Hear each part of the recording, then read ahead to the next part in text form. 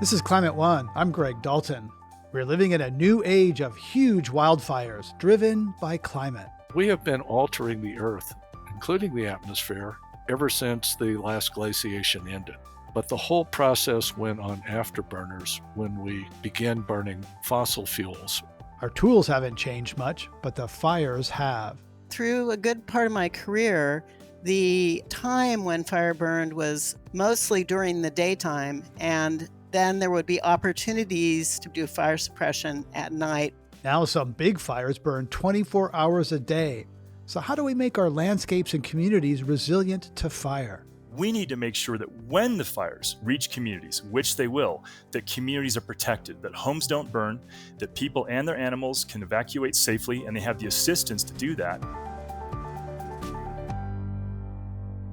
Before we get into today's show about how to better live with wildfire, we're continuing our weekly look at the COP26 Climate Summit in Glasgow next month. The Paris Climate Agreement requires all partner countries to declare nationally determined contributions, or NDCs, basically every country's voluntary plan for getting off fossil fuels.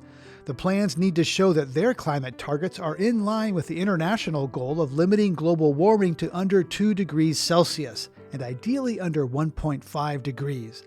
But as a recent IPCC report showed, most countries are far from delivering on their promises. What does that say about the effectiveness of NDCs in bending the carbon curves? Climate One correspondent Aman Azar reports. Nationally determined contributions, or NDCs, are an important tool under the Paris Agreement. But the latest synthesis report by the United Nations Framework Convention on Climate Change says that most nations are a long way off from their climate targets and must redouble their efforts to limit global temperature rise. And so, some are asking how useful NDCs really are as a tool for meeting the Paris goals. First of all, NDCs aren't good enough.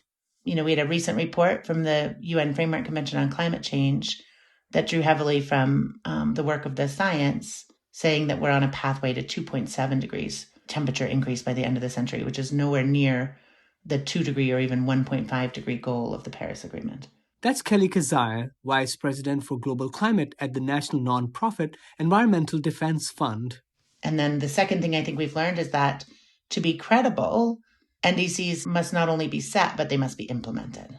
They have to be translated into on-the-ground action. Kaveh Gillenpour, Vice President of the Center for Climate and Energy Solutions, says another part of the problem is the way countries have set out to pursue their climate ambitions within their national settings, which affects countries' ability to achieve climate targets. Many NDCs still don't cover the entire economy of the countries that have submitted them. Aside from increasing the ambition of targets on paper, what the Paris Agreement does require countries to do is to put in place the domestic policies to try to deliver those targets and achieve them. And at the moment, there's a very big lag between what countries are promising and the policies they put in place to deliver them. One of the proposals making the rounds in global environmental circles of late is changing presently non-binding nationally determined contributions into binding commitments. COP is a global climate summit and provides a critical platform for the world leaders to showcase their ambitions and agree on long-term measures necessary to reverse the adverse climate trends. Kaveh Gillenpour says that holds promise for enhanced NDC's ambitions and their implementation. At COP26, world leaders will gather, I think, to discuss things like climate ambition on the first day of the meeting. So hopefully we'll see a very important political signal coming from that event. I think the second thing that the COP is about is bringing together leading companies, non-state actors, cities, and others who are responsible for implementation in the real world, for taking climate action forward. And that third element of the COP is about the sort of housekeeping and nuts and bolts of delivering on the Paris Agreement itself. With pressure mounting on governments globally to deliver on their climate promises, the spotlight will be on the political leadership at COP26 to showcase enhanced ambitions and follow through with concrete actions to turn those into achievable goals. For Climate One in Washington, D.C., this is Aman Azhar. We've experienced yet another summer of record wildfires in the western U.S., endangering lives, displacing communities, and sending unhealthy, disgusting smoke across the nation. The science is clear. Human-caused climate disruption is making lands more conducive to burning, and much of the world is increasingly living in flammable landscapes. Forest experts say there are tools to help reduce the risk of catastrophic fires, keep forests alive as valuable carbon sinks, and make communities more resilient to megafires. Stephen Pyne spent his youth as a hotshot jumping from planes to fight fires on the north rim of the Grand Canyon. Now an emeritus professor at Arizona State University, he's written several fire histories of different parts of the world. His latest book is The Pyrocene: How We Created an Age of Fire and What Happens Next. Pyne says a simple way to conceptualize this history is to think about it as three fires. And the first fire appears when plants begin colonizing continents. So we have fossil charcoal that dates back over 420 million years. So as soon as plants are there, we have fire, and the earth has never left that fire. But then a couple of million years ago, some creatures appeared, the hominins, who had the ability to start and maintain fire and interact with it in various ways. And that gives rise to what I think of as a second fire.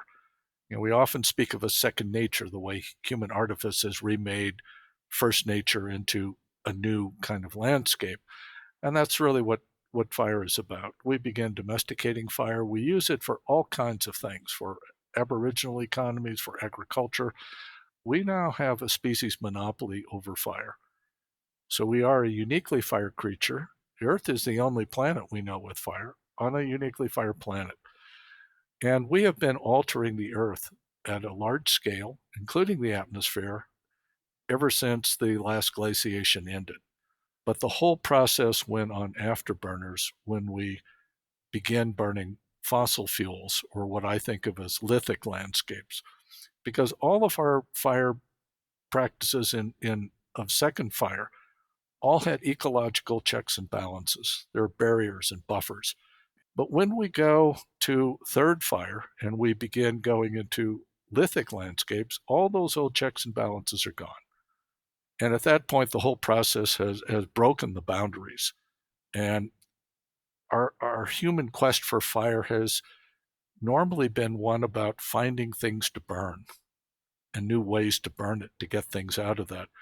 But now there's plenty to burn. There's too much to burn. The problem is the sinks. We can't put all of the waste products. So we're unhinging the atmosphere. We're affecting the oceans and hydrology generally. We're certainly affecting the Earth's biotas. So my sense is that when you add all of these fire practices together, both in living and lithic landscapes, we're creating the fire equivalent of an ice age. So what I heard from that is that there was sort of natural fire burning things on the surface, and the change really became when we began to dig things out of the ground, coal and oil, and burn them. And fire has played a role in the cycles of creation and extinction throughout geologic history. Do you think that fire is playing a role in human extinction? I mean, in some ways, our unique capability as a creature is fire. So if we create a world with more fire, you would think we would be privileging ourselves. But we've created a runaway fire, in the sense that it could lead to our own extinction. There are really good fires and bad fires, and we make that distinction. We made a pact, a kind of alliance with fire long ago, even before we were a species, a distinct species. And we agreed to each expand the domain of the other, which we've done. I mean, we've even taken fire to Antarctica. We use fire to go off planet. But that mutual assistance pact is looking more and more like a Faustian bargain. And we were made by good fire, and we may very well be unmade by bad fire.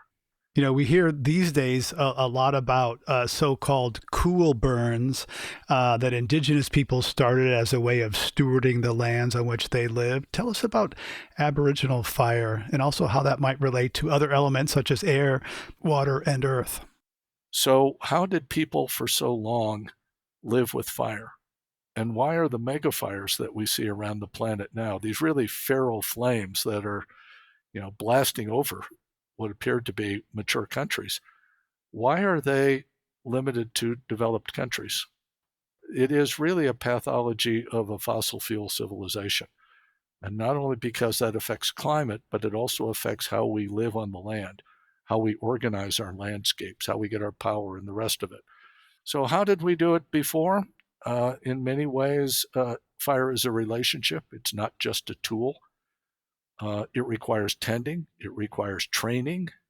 There's an argument to be made that fire is our first domestication because it required a change in our behavior. It's not just something we can use and walk away from without consequences. We are engaged in a relationship. So there are seasonal considerations. There are terrain considerations. Fire burns better uphill than down. There are biological considerations. What kind of fire do you get? Do you get a surface fire like across the savanna? Or are you going to get fires that naturally go into the crowns and burn really high intensity that you probably don't want a lot of? So you have a lot of control, particularly if fire already exists in that landscape. You can take over that landscape by changing the timing and placement of fires. And there's a lot of evidence that people have done this. But then we begin changing the structure of fuels, of stuff to burn. And that's really, for me, what agriculture means. So we cut, dry, burn, we drain peat, we release domesticated animals, which alter the vegetation. We do all of these kinds of things, and it allows us to expand the realm of fire and our ability to interact with it. So all of this has gone on, and it's gone on for a very long time. But when we converted to fossil fuels, suddenly we forgot all of this. And we decided we will use the power that burning fossil fuels gives us, and we will remake all of these habitats so that we can eliminate open fire. And in European intellectual history, there's a very strong animus against open fire. It is taken as a stigma of primitivism. You have to remove it to be modern, scientific, and enlightened. Steve, you seem to be putting fossil fuels at the center of this change from having a relationship with fire to using it as a tool and having from good fire to bad fire. We're moving toward a world where we want to electrify everything, to stop burning oil and gas, fossil fuels. So what does that future look like where we stop burning fossil fuels? Will that restore a healthy and natural balance and relationship with fire? What does that look like? Let me be clear. I'm happy that my house is not filled with smoke and at risk from fire the way it would have been. I'm happy that cities don't have fires routinely running through them anymore.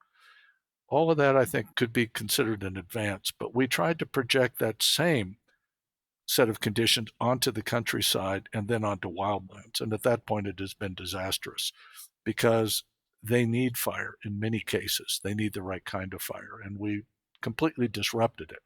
We've shown we can disrupt. We have to show now that we can also manage. So if we could get the climate genie, if not in the bottle, then at least underground again, then what kind of fire scene could we expect in the planet? I would expect a lot more fire.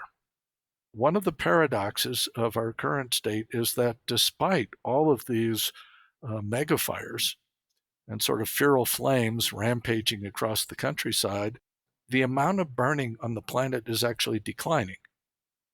And this is because of the substitution of fossil fuels, primarily in agriculture and pastoral economies, that are no longer using fire. So we have a very strange and limited view of how fire functions on the planet. And if we got the climate situation back under control, we could expect to see a lot more fire in our countrysides and certainly in our wildlands and nature preserves. And you would call that the return of good fire, cool burns, would that be prescribed burns, right? That's right. Normally we think of good fire as light burns, cool burns, repeated frequent burns, not these sort of eruptive burns. But there are some parts, there are some biotas that just burn by immolating their crowns and then grow up out of the ashes. So there are places where that kind of fire would return, say lodgepole pine, jack pine. But for the most part, what we would see is a lot more fire in whatever pattern is historically and ecologically sensible for it. And we would either be doing the burning or allowing the burning to proceed. And my guess is we would be doing most of it. I don't think we're willing to surrender too much control over it. And part of this is that, this is in perpetuity. We are going to be forever the keeper of the flame. This is interesting because what I'm hearing you say is that if we don't restore a healthy balance on the climate, we will see these large mega fires grow bigger and wilder. And if we do move away from fossil fuels, we also will see a future with more fire, healthy, cool fire. So either way, we're going to see more fire than we've artificially come to expect in recent history because we have suppressed it in a way that is not in keeping with the grand sweep of the human story as you tell it. That's right. So, California last year, I think, had 4.5 million acres burned by fire. How much of that was really bad fire and how much of that good, we really don't have metrics for. Certainly stuff that's burning through towns or over sequoia groves is not welcome. But we might very well double or triple that in the future under a more sustainable climate, but it would be of a different form. And the other thing we've created unrealistic expectations about is smoke. And right now, as part of these megafires, we've had these mega palls. These giant smoke clouds, palls that are extending the range of fire's influence far beyond the flames themselves. The smoke would not go away in the future, but it would shift. So just as we would have good fires, we can have good smokes. Yeah, it would be nice if we didn't have any smoke maybe, but we can live with the smoke in the same way we do pollen or other sort of seasonal events. That can be managed. We're talking about a much smaller thing. But we have artificially cleaned our air from smoke from what it was historically. Well, this is mind shifting for me because I've lived in California, and the wildfires of the last 5 years have been disgusting and depressing to live through. And I thought, well, if we are successful on climate, we will stop these wildfires and we will have more blue skies like I'm used to. And you're kind of rocking my world here a little bit, saying that smoke's going to come back. And can you imagine fighting wildfires today without fossil fueled tools like tankers and ATVs? And are there alternatives in a world less dependent on fossil fuels? Yeah, that's another one of our paradoxes. Here we are. Could we have imagined suppressing fire in the way we do, or try to, if we took away all of our airplanes and helicopters? We took away all of our bulldozers and engines, and we took away all our pumps and chainsaws. What kind of firefighting could we do? It would be preposterous. How was it that people were able to put fires out with burlap sacks and shovels? They were able to because the land was not erupting in fire the way we see it now. As humans have lost touch with fire, as you've described, and we're living in increasingly flammable landscapes because of climate change bringing higher heat and lower humidity, how should humans today and in the future live with fire? Well, I think there are a number of things we can do. There's no reason we should have towns burning. We solved this problem a century ago, but then we forgot about it. We decided it wasn't a problem anymore. We didn't have to pay attention. There's no reason for power lines to be starting fires under the worst conditions either. That's an infrastructure problem we've known has been around for decades. So we could stop our towns burning in a handful of years if we really chose to. The surrounding countryside is more complicated. There are a lot of things we can do. We've learned about it. There are mixtures of things. There's no one thing to do. People in the past were able to do it. Surely we can do as much as our ancestors if we chose to. This might take a few decades. And then we have to tackle the climate issue. And that's trickier. It's going to take longer. But unless we address it, all the other mitigations will be overwhelmed eventually. Thanks for coming on Climate One today. Well, thanks for the invitation. Stephen Pyne is author of The Pyrocene and an emeritus professor at Arizona State University.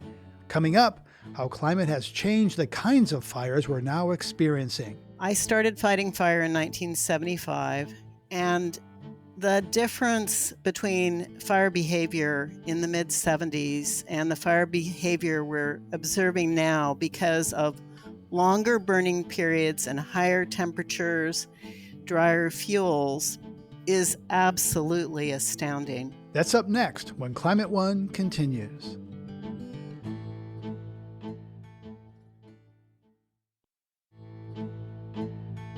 Our tools for managing fire haven't changed much in the last several decades, but our understanding of fire behavior in ecology and how that's changing due to climate continues to evolve. Sue Husari started her career in fire as a seasonal wildlands firefighter and hotshot, later taking positions in fire management with the National Park Service and U.S. Forest Service. She's currently a member of the California Board of Forestry and Fire Protection. Chad Hansen is an ecologist with the John Muir Project and author of Smokescreen: Debunking Wildfire Myths to Save Our Forest and Our Climate. Several fire experts we talked to described some of his views around logging as controversial. Climate One's Ariana Brocious spoke with them about the tools and strategies for living in this new age of wildfires. Chad Hansen, much of your work focuses on opposing logging on public lands, not just clear-cutting, but even forest thinning projects. That's a position that puts you at odds with most fire ecologists who think that some logging can be beneficial to reduce wildfire risk. What's your rationale for that position? Just to be clear, the scientific context on this is quite different than a lot of people, I think or assume. Logging conducted under the rubric of thinning does not stop weather and climate-driven fires, and often thinned areas burn more intensely. And so there is a broad base of scientific opinion opposing thinning. I think the main thing is a lot of people don't realize thinning is commercial logging. They hear the term thinning and they think of pruning shears. In reality, these are intensive logging operations that kill and remove upwards of 60 or 70% of the trees in a given stand, including many mature and even old growth trees. So, Sue, you've had a lot of experience working on projects like this and obviously in positions of fire management with National Park Service and U.S. Forest Service. What do you think about what Chad just said? Well, it's one viewpoint that he's representing. There are a wide variety of other viewpoints on thinning. Thinning covers a wide range of activities, and not all of thinning is intended to reduce fire risk. And it depends on how the land is characterized, what the tree species are, and all that sort of thing. Thinning, if conducted correctly in combination with treatment of surface fuels, where the residue from removal of the trees is removed or prescribed burn, is a practice conducted even in the national parks. Thinning is not always for the purpose of commercial logging. In many cases, it has to be subsidized if the trees are smaller and have no commercial value. So I think the situation is far more complex and nuanced than what Dr. Hansen just presented. So, Chad Hansen, I know another aspect of logging that you are opposed to is what's called salvage logging. So this is when trees are harvested for timber after a wildfire has occurred. Can you explain that position and the research you've done related to salvage logging? Sure, absolutely. And first thing, just to clarify, Sue is exactly right that not all thinning is the same. In some cases, we're talking about seedlings and saplings that are being removed. The main thing I'm trying to get across here is those are very rare exceptions. Most of the time on national forest lands, and certainly on private timberlands, thinning is an industrial logging operation where most of the trees are being killed and removed, including many mature and even old growth trees. And in terms of post-fire logging, I think one of the things that hasn't been recognized by a lot of land managers is the fact that according to literally hundreds of scientific studies now, post-fire habitats are some of the most ecologically valuable and biodiverse habitats in our forests. And that includes, and especially, areas where fire burns hot, those high-intensity fire patches. They create what we call snag forest habitat, these patches of snags, these fire-killed trees, and all the wonderful native flowering plants that grow in naturally in the understory, stimulated by fire. And so salvage logging damages that incredibly important post-fire habitat that we call snag forest, and that harms the species that depend on it. Yeah, I think there's, in my estimation, a pretty widespread understanding that fire is a beneficial process in many ways for ecosystems and for forest ecology. The conflict, of course, occurs when those fires encroach on human habitation or human settlement and our desire to control them to some degree. So I do want to talk about natural fires, ones that start from lightning, for example. Sue, the Forest Service has for a long time had a position or a practice of near total suppression for even fires that were started naturally. Do you think that's the right approach? And have you seen a change in that approach in your career? Well, the Forest Service started developing programs for natural fire use in wilderness when I was in my 20s, really. So we're talking 45 years ago. The full suppression policy, the 10 a.m. policy, was in effect where all fires were suppressed before 10 a.m. That was the policy, was in effect prior to the beginning of my career.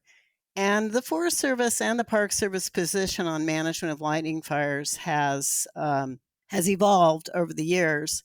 The names for this type of management have changed, of course, prescribed natural fire, managed lightning fire, all that sort of thing. But all the federal agencies have engaged in some level of management of lightning fires for the length of my career. Not all areas of national forests are subject to this, but many wilderness areas are.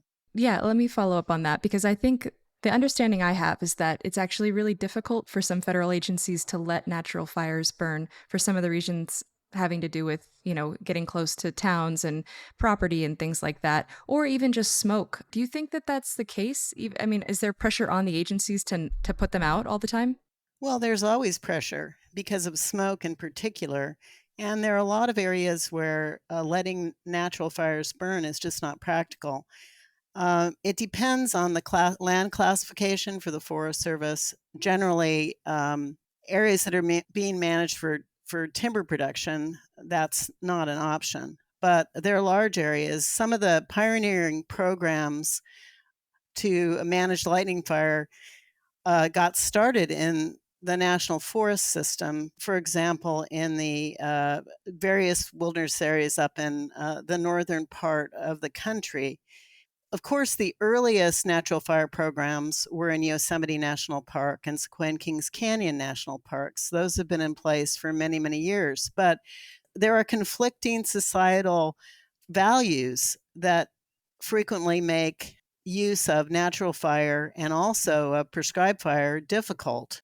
I want to invite Chad to respond here. So, this is something, Chad Hansen, you have in your book. You discuss prescribed fire and what you see as some of the limitations of prescribed fire. Can you explain that? First of all, and I talk about this in my book, Smokescreen, is that prescribed fire can and will, at least temporarily, modify wildland fire behavior. And if a wildland fire, occurs a few years later or several years later, there's a period of time during which prescribed fire will modify that fire behavior. And I think that the problem is people make the assumption that if you do prescribed fire, it's either going to stop a wildfire, which really, rarely, if ever, happens. And second, they make the assumption that the prescribed fire will dramatically modify the wildfire and for a very long period of time. And I think what we're really talking about is a matter of degree, and especially during more extreme fire weather, drought conditions and hot, dry, windy weather that drives fires, because wildfires are driven mostly by climate and weather. And I think people make the assumption that prescribed fire is some kind of a landscape scale panacea, and it's not. The thing is, people forget every time you do a prescribed burn, you're going to kill 5 to 10% of the trees. On average, more like 10%, according to kind of a broader summary of the literature out there in the science. And if you're going to try to burn every 5 or 10 years, you're going to have an enormous amount of tree mortality, and you're still going to have the wildland fire. You'll modify it somewhat. But in those hot, dry, windy, drought conditions, it's not going to be an enormous modification. So it's just important to realize that that you're not going to mimic the ecological value and benefits of a natural mixed intensity fire. Because the fact is, different wildlife species need different fire intensities. Some like areas that burn relatively cool and relatively few trees are killed, and some like it hot. Sue, I want to have you weigh in here on prescribed fires because I know this is a practice that has gained a lot of traction, I think, in recent years or recent decades. So what's your view of how effective it is as a tool, responding to Chad's comments about, that there are realities to setting deliberate fires. They have to occur occasionally at different times of year. For the safety of those involved, they may be less high intensity than a natural fire. So what are your thoughts on that? Well, I think Dr. Hansen is correct, but the effects of prescribed fires vary depending on what ecosystem you're operating in. In some cases, we actually try to get crown involvement and tree mortality, such as in some jack pine stands and things like that in the Northeast. In other areas, like where I worked in Everglades National Park, we had almost zero tree mortality. The amount of tree mortality that occurs from prescribed burning varies on what age classes are in the stand. So, how old are the trees? And so, of course, small trees do tend to be killed in prescribed burns. Prescribed burning, which has been a big focus of my career, describes a whole range of different activities from burning piles to broadcast burning to landscape level burning. And there is no generalization that really describes it. The application is becoming more sophisticated. I think we're giving people better training. And but we do all have to understand that there are risks associated with prescribed burning, both from potential escapes, which do occur, but also ecological impacts. Chad Hansen? I think what's important is to understand a couple of things that I think have raised concerns about prescribed burning as a landscape scale approach. First of all, there's a troubling trend that's concerned a lot of ecologists in my field that oftentimes logging is conducted beforehand, and prescribed burning is logging / pile burning is being called prescribed burning. A lot of people think that's deceptive, and it's giving the public something that is not what they expected they're getting. The other thing is that it's really, really key to understand that fire needs to happen during fire season in order to have the ecological relationships intact. If prescribed fire is done during fire season, you're going to tend to get more mixed intensity fire, and that's a good thing. But you can get that with lightning strikes and just not suppressing them, which we need more of. When prescribed fire is done outside of natural fire season, like in the early spring or in the late fall, what happens is that native species like native wood-boring beetles, for example, they're not active outside of fire season. And so they can't colonize the fire like they've been doing for millions of years. And because the wood-boring beetles don't colonize, the woodpeckers have no food because the woodpeckers eat the larvae of the wood-boring beetles in the fire-killed trees. And if the woodpeckers have no food, then they can't create nest cavities for bluebirds and nuthatches and flying squirrels and chipmunks. And you disrupt a whole series of ecological relationships that I've been studying for 20 years. So elsewhere in this episode, we talk with Stephen Pyne, author of the book Pyrocene. And one of the things he highlights there is the history of fire that has evolved with Earth and with our human history as well, that really there was a lot more widespread fire than we're accustomed to in the last couple hundred years. So, Susan, is it accurate to say that we're seeing more high severity fires now due to climate change? Well, I've read the literature, but all I can speak from is my own personal experience. I started fighting fire in 1975, hand crews. I worked on hotshot crews and a whole variety of crews, and then managed fires later. And the difference between fire behavior in the mid-70s and the fire behavior we're observing now because of longer burning periods and higher temperatures, drier fuels, and this is apart from drought, is absolutely astounding. So the patches of high severity fire are larger, and that's very well documented because we're able to do remote sensing and see that. There's quite a bit in the literature regarding the potential that patches of high intensity fire are also larger than they were historically because of the uniformity of forest stands, but also because of the conditions where fires can burn intensely 24 hours a day. Whereas in my experience as a young firefighter and through a good part of my career, the time when fire burned was mostly during the daytime, and then there would be opportunities to build direct line or do fire suppression at night or potentially burnouts. The length of the burning period now, especially on the Dixie Fire and the Calder Fire, which we're now experiencing, appeared to be close to 24 hours a day. Chad Hansen, in your book you write, "In the era of climate change, we can no more stop weather-driven fires than we can stand on a ridge and fight the wind. So what should we do?" I think we need to fundamentally rethink our approach. We have so much more information, so much more science now than we had historically. We know now that weather and climate are dominant. Obviously, fire needs something to burn. You have to have vegetation to drive the flames, but mostly it's really flames are driven by twigs and pine needles and leaves and really small diameter material. What drives fire mostly are those hot, dry, windy conditions and drought situations. And we can't control those with air tankers and bulldozers or chainsaws. We just can't. So we need to pull back to our communities and focus our resources on saving homes and saving lives. We know we can do that effectively if we focus our resources there.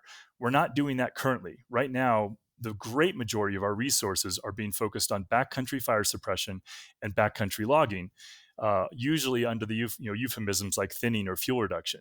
Oftentimes, the fires are burning more intensely through areas that were logged through thinning or post-fire logging. Not always. There are always exceptions, but oftentimes. We need to make sure that when the fires reach communities, which they will, that communities are protected, that homes don't burn, that people and their animals can evacuate safely, and they have the assistance to do that, and the assistance to do the home hardening and annual defensible space pruning to keep their homes safe. And we have things like fire-safe shelters with air filters. That's where the conversation needs to go. So Husari, you spent the early part of your career fighting wildfires and then managing them in federal agencies. What do you think we should do, given this climate reality that we're experiencing and the propensity for it to become even worse in the future? What tools do we have within the federal agencies to better manage and respond to fires? We still do a lot of our firefighting with, as they euphemistically call it, boots on the ground. I agree with Dr. Hansen that we need to put a lot of focus, and the state of California, as well as the federal agencies, are focusing a great deal of their resources on producing expanding defensible space around communities.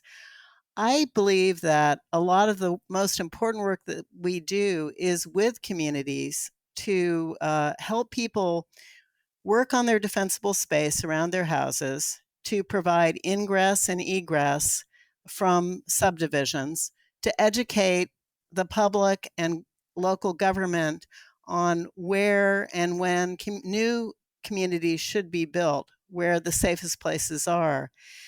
As a whole, we need to use all the tools that are available, and especially the communication tools with the public to get a better understanding of, within all people, of the current situation, that it potentially could get worse, and what we all need to do to basically keep communities safe and also protect as much of our very, very valuable and wonderful natural resources that we possibly can. Sue Husari has a long career in wildfire and public lands management, starting as a seasonal wildlands firefighter and leading to careers in fire management with the National Park Service and Forest Service. She's currently a member of the California Board of Forestry and Fire Protection. Chad Hansen is an ecologist with the John Muir Project and author of Smokescreen: Debunking Wildfire Myths to Save Our Forests and Our Climate. Thank you both for joining us on Climate One today. Thank you. Thank you. You're listening to a conversation about how to live in an age of megafires. Coming up, a look at the merits and flaws of a program that trains inmates to be firefighters in California. There are rehabilitative elements to it, but not if you're a firefighter while you're being a prisoner. That's up next when Climate One continues.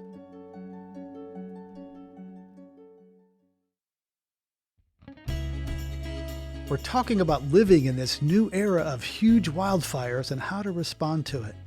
California has experienced several years of record-setting wildfires. A third of the people who fight wildfires in California are inmates. Journalist Jamie Lowe takes us into this world in her new book, Breathing Fire: Female Inmate Firefighters on the Front Lines of California's Wildfires. These firefighters live in camps outside of prison walls where they train and wait, ready to respond to fires. They really look almost like spiritual retreats. They're sort of in these wooded areas. They're in nature. There aren't fences or barbed wire. There's maybe a sign that says state prison. And so it's a very, deceptive kind of sense where you don't know you're actually entering something that's run by CDCR, California's Correctional Department. Lowe says the orange-clad inmates train and operate similar to a free world forestry crew, except they're more closely monitored. They're on the ground doing containment lines. They're basically hacking away at any growth that might set fire. They're doing what's arguably some of the most labor-intensive and hardest work because they're right there in the smoke. They're on the front lines. Right, doing the grunt work. Inmate firefighters make up as much as 30% of California's wildland fire crews. Most of the crews are men, but women have been in the program since the early 80s. So tell us about that dimension. Sure. So one of the reasons that some incarcerated people will opt to go into this program is that you can get days off of your sentence for serving your time that way. And at some point in the 80s, it was found to be discriminatory that men could do this and women couldn't. And so they opened up these 3 female camps, Rainbow, Puerto La Cruz, and Malibu. I think there's probably a capacity of about roughly 100 people per camp. So there's only 300 to 400 women at most at a time. And right now, there are a lot less incarcerated firefighters than there were pre-pandemic. And what's the appeal for inmates, especially women, to fight on a wildland fire crew? What are the perks and what are the downsides? One of the main appealing factors is that you're not serving your time in state prison, which, after having read about a lot of the circumstances where you're surrounded by violence, sexual predatory behavior by correctional officers, by other inmates, that you have malnutrition, poor health, that you're basically isolated and far from your family, the idea that you can serve your time in a place that is surrounded by woods and you're not behind barbed wire is very appealing. One woman that I spoke to described seeing her child in state prison in Chowchilla, where the only way they could visit is that she would put her hand up against the plexiglass and her kid would put his hand against the plexiglass, and that was the closest they came to contact. And when she was at camp, they could hug. You can rent a cabin and spend a night with your family.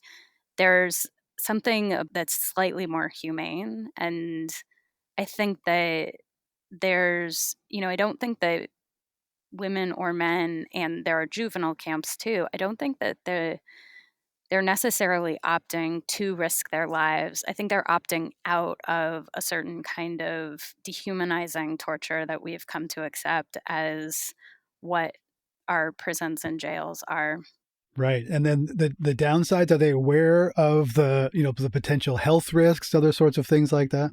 I think some people might be, and some people probably aren't. I think that some people go into it thinking this will be an easy way to do time and I'll just skate through, and don't realize how much physical intensity is involved in every aspect of the training, of being on call. I mean, because there are sleepless nights where you're getting these false alarms, and then you're basically spending 3, 4 nights, 5 nights in a row where you're not sure what's happening because you might go to a call, you might not, you might be dragged out for a little bit and come back.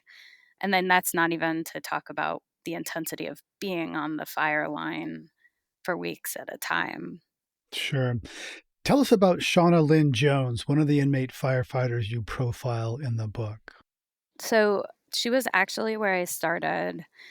I was home in my mom's kitchen and reading the LA Times, and they had this very small 500-word story about this woman, Shauna Lynn Jones, who had died. She was an incarcerated firefighter who was at Malibu. And I was really struck by these two things. One, I grew up in California and had no idea that there were incarcerated firefighters and that the program existed. And that was really embarrassing for me because I should have known and I felt like somebody should have been talking about it, but I didn't know. And the second part of it was that she was really just described in these two short sentences. And it was what her crime was, and it was that she was from Lancaster, California. I just wanted to know more about her. I felt like I wanted to know more about the program, and I wanted to know more about who she was within the program. I wanted to know more about her family and where she came from, how she ended up there, what it was like for her to be a firefighter. I wanted to try and tell her story, even though she had passed away. And maybe because she had, because I felt like I wanted to know. And so maybe other people would too. And she wanted to be a firefighter when she got out, right? Would her training have prepared her for one of those cherished jobs after release as a firefighter? Yeah, she had told her mom, she had told several of her friends who she spoke with that she wanted to be in forestry. She wanted to continue the work that she had been learning. She was itching to go out on a fire the whole time she was there, and it had been kind of a quiet season. I'm not sure I can answer the question if she would have been prepared because I think that I don't know. I don't know the level of where she wanted to go or what she wanted to do specifically and what she had already done. I feel like it's very possible that she wouldn't have been prepared because I think that fire seasons got much, much more intense, much worse, and that even very seasoned professional free world firefighters sometimes aren't prepared for what the reality of fire is right now. Well, climate change is making the fires much more fierce, large. Cal Fire's having to redo their models because they're moving faster, more intense, these firestorms. Even veteran firefighters are seeing things they've never seen in their career, fueled by low precipitation, high winds, the ferocity of these fires. One of the fire camp commanders told you about all the benefits women gain from working on the fire crew's self-esteem, work ethic, skills, exercise. Did you hear the same from the women you interviewed? Did they view the program as a benefit to them? There was a range of response to that, but a lot of the women, and many more than I expected, really did have some positive takeaways and some, you know, discussions with me about transformation and about how being on a crew really meant that you had to work together. There was the phrase, sister crew that was used often, where it didn't matter what kinds of, arguments or beefs you had with anyone around you. When you were on the fire, you had to work or somebody was going to die. And all of the women I spoke to did have this faint nostalgia for what they achieved and this purpose and the work that they actually put in and what they got back. They all also, would talk about how difficult it was to do all of that and have all that responsibility while being prisoners. Right. They get paid next to nothing, $2 to $5 a day, plus $1 for every hour on the fire line. Tell us about the compensation piece of this, how this fits into, the increasing wildfires we're seeing in the West and the economics of it. So one aspect of the pay is that it's one of the highest paid jobs within prison industries in California. So it's actually a shockingly low amount when you're comparing it to professional crews, free world crews, but it still is an incredibly attractive job within prison industries, which tells you a lot about prison industries and how that exploits labor. But forestry crews don't make a lot either. And California's had a really hard time recruiting and filling hotshot crews. They make $13.30 an hour. It's shockingly low. Wow. That's below minimum. That's like most fast food workers at this point make more. And so they have no health benefits. It's seasonal employees. So they're hired in April, fired in November. And we've seen a lot of big fires come after November, like the Paradise Fire, and the Wolseley Fire was after seasonal crews were let go.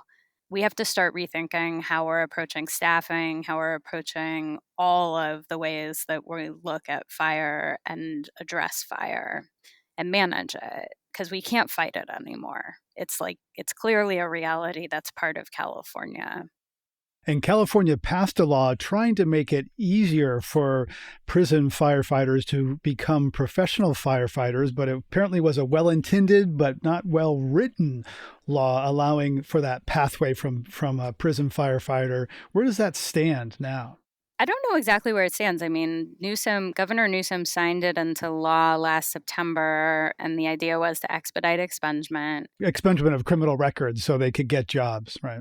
So it actually isn't even expunged. It's just when employers are looking to hire formerly incarcerated firefighters who do get expedited expungement, they will still see the criminal record. That's one of the problems with the bill. And so there are several problems that I see. And one of them is that you have to navigate reentry while you're going through a lengthy legal process where you have to apply through a judge. A judge has to approve the expedited expungement. A DA then has the option to appeal the judge's decision. So you have to kind of go through all that. You have to retake all the training that you've done. You have to take all the tests over. And this requires a lot of support. It requires a lot of community support. Like most people who come out of prison have to get several jobs. They have to, work immediately. They have to figure out housing. And it's in a world that is very uninhabitable for people with felonies. And so they're navigating all of this legal system. Then you have to get hired by CAL FIRE or by a municipal agency. And they, like I said earlier, can see that you have a criminal record. And both of these bureaucracies are notoriously discriminatory. And the head of the CAL FIRE union came out against the bill, and it makes absolutely no sense for a state that is in absolute catastrophe to have trained people who know how to fight fire, who then want to fight fire and have a job doing it, and not hire them. You write that California has always had a fire problem. Now that problem is a constant crisis because of climate change. So how do you see this playing out as these fires in the West are going to stay with us? Going back to the idea that this program is actually a positive program with some parts of it that are actually really useful, I think that it can be folded in or part of the California Conservation Corps, where instead of, like, for charges that actually should not be part of mass incarceration, for things that are drug charges or things that are related to mental health or things that are nonviolent, that you have an option to maybe go to a camp, have social services, but also get paid minimum wage and work for California Conservation Corps, be part of a fire training crew, and then ease into a job afterwards if you actually want a job and not have a felony on your record. It seems like that could be an option where you take CDCR out of the fire camp program and you make it something else entirely and independent. And there are some efforts to do that. The Ventura Training Center is one. And the other thing is that I think within President Biden's infrastructure bill, there's a portion of it that's for a climate corps, a civilian climate corps. And I think that also could easily be adapted. You could use that as the program that takes over these fire camps and use the funding to run them and pay people and make it something that is a positive, because I do think that there are rehabilitative elements to it, but not if you're a firefighter while you're being a prisoner. Jamie Lowe, author of Breathing Fire, Female Inmate Firefighters on the Front Lines of California's Wildfires. Thanks for sharing your stories today with us on Climate One. Thank you for having me. On this Climate One, we've been talking about how to live in the new age of climate-driven megafires. Climate One's empowering conversations connect all aspects of the climate emergency. To hear more, subscribe to our podcast on Apple, Spotify, or wherever you get your pods. Please help us get people talking more about climate by giving us a rating or review, or better yet, telling your friend about our show. It really does help advance and open up the climate conversation that we all need to have. Brad Marshland is our senior producer. Ariana Brocious is our producer and audio editor. Our audio engineer is Arnav Gupta. Our team also includes Steve Fox, Kelly Pennington, and Tyler Reed. Gloria Duffy is CEO of the Commonwealth Club of California, the nonprofit and nonpartisan forum where our program originates. I'm Greg Dalton.